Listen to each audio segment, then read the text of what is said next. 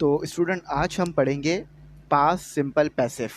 देखें, इस तरह से पढ़ेंगे कि मैं आपको जो है वो कुछ ऐसे पॉइंट्स बताऊंगा कि जो कि इम्पोर्टेंट होंगे पेपर के लिए, एग्जाम के पॉइंट ऑफ व्यू से, कि पास्ट सिंपल पैसिव इतना ज़्यादा क्यों यूज़ किया जाता है।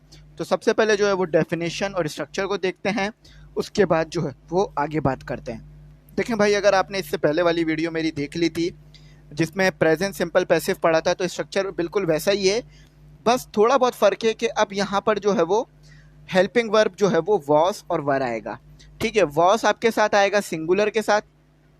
ठीक है, सिंगुलर अगर आपके पास ऑब्जेक्ट है तो वॉस आ जाएगा, सही है। और अगर आपके पास प्लूरल ऑब्जेक्ट है तो आपके पास आ जाएगा वर। बात सिंपल है। अब जैसे कि यहाँ पर देखें, रिपोर्ट, रिपोर्ट एक सिंगुलर ऑब्जेक्ट है तो इसीलिए वॉस लगा दिया। अगर यहाँ होता रिपोर्ट्स तो मैं लगा देता वर। सही है, ये समझ में आ गया। चलें स्ट्रक्चर को मजीद देख लेते हैं।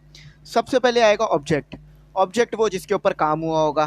फिर helping verb, was verb, past participle जिसे आप थर्ड फॉर्म ऑफ वर्ब कहते हो, जैसे कि राइट, राइट, राइटन, राइटन आपके पास थर्ड फॉर्म हो गई।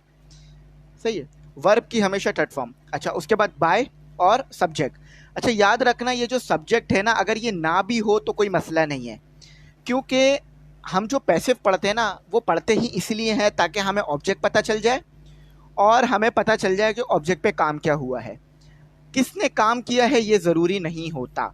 सही है, तो पैसिव का सबसे इंपॉर्टेंट मकसद क्या है कि जस्ट ऑब्जेक्ट पता चले और काम पता चले।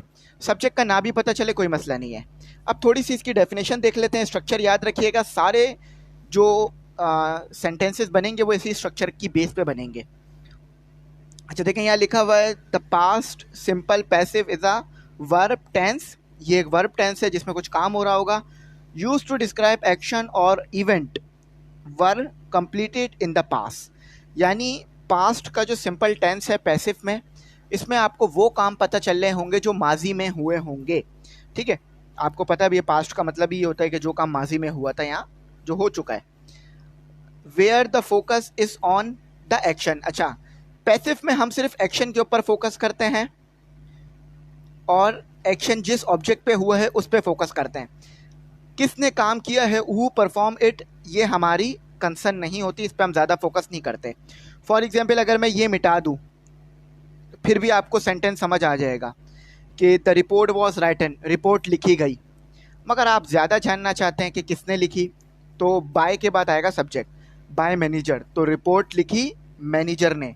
अगर यही एक्टिव होता तो आप क्या लिखते, manager write in the report, या manager write the report, wrote the report, sorry manager wrote the report. ठीक है, यहाँ पे हमारा सेकंड फॉर्म आ गया। अच्छा चलो, आई होप ये बात समझ आ गई होगी। अब आ जाओ, थोड़े से एग्जाम्पल्स देख लेते हैं ताकि हमें और चीज़ें समझने में जो है वो आसानी मिले। अब यहाँ पर मैंने 5 एग्जाम्पल्स लिखी हुई हैं, इसके अंदर हम ऑब्जेक्ट पहचान लेते हैं और फिर वी वर्ब, सब्जेक्ट और सब पहचान लेते हैं। ठीक है, आखिरी जुमला देखते हैं, उसके बाद ऊपर पढ़ेंगे। तो भाई देखो, यहाँ पर आपके पास लिखा हुआ है द मीटिंग वॉस। अब मीटिंग क्या है, ऑब्जेक्ट है। ठीक है, यहाँ पर आप इसे सब्जेक्ट ना समझिएगा, ये ऑब्जेक्ट है। मीटिंग आ गई, फिर आपका हेल्पिंग वर्ब आ गया, फिर आपकी वर्ब की थर्ड फॉर्म आ गई। सही है, उसके बाद आ गया फॉर मंडे। अब यहाँ पर सब्जेक्ट नहीं है, सब्जेक्ट नहीं है, सही है। तो ये आ गया आपका ऑब्जेक्ट, ये आ गया बी वर्ब, ये आ गया वर्ब की third form. Object is missing, object नहीं दिया हुआ, सॉरी सब्जेक्ट नहीं दिया हुआ, तो कोई मसला नहीं है। हमें सिर्फ इस सेंटेंस में क्या देखना होता है, ऑब्जेक्ट क्या है और वर्ब क्या है। तो मीटिंग रखी गई है या रखी गई थी मंडे को।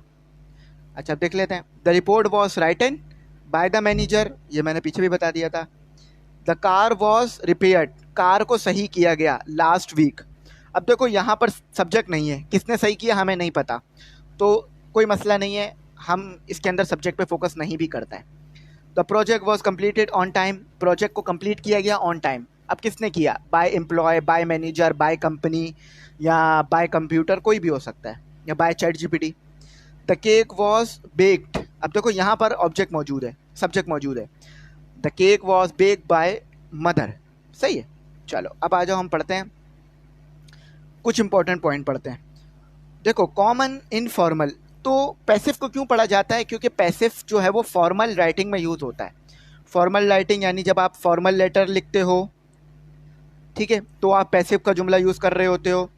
ऐसे लिखते हो, ऐसे भी एक फॉर्मल राइटिंग कहलाती है, इसमें आप पैसिव यूज़ करते हो। और आप अगर बुक लिख रहे हो कोई, या बुक पढ़ रहे हो, तो आप देखोगे पैसिव के जुमले बहुत ज़्यादा यूज़ होंगे। तो the passive is often use in formal और साइंटिफिक राइटिंग। अच्छा, अगर कोई रिसर्च पेपर पढ़ रहे हो, उसके अंदर भी पैसिव बहुत यूज़ होता है। अब एग्जाम्पल देख लो, the experiment was conducted to the test the hypothesis. अब एक हाइपोथेसिस दी गई थी, उस हाइपोथेसिस पे एक एक्सपेरिमेंट हुआ, उस एक्सपेरिमेंट को लिखा गया पैसिव के अंदर। अच्छा, मैंने ये बात पहले भी बता दी थी कि पैसिव के अंदर जस्ट एक्शन और ऑब्जेक्ट पे फोकस करते हैं, यानी किस पे काम हुआ और क्या काम हुआ। सब्जेक्ट इसमें ना भी हो तो कोई मसला नहीं है। जैसे कि जुमला देख लो, और ये बात लिखी हुई भी है जुमले में, देखो बात वाजे लिखी हुई है, the bridge was built in 2020।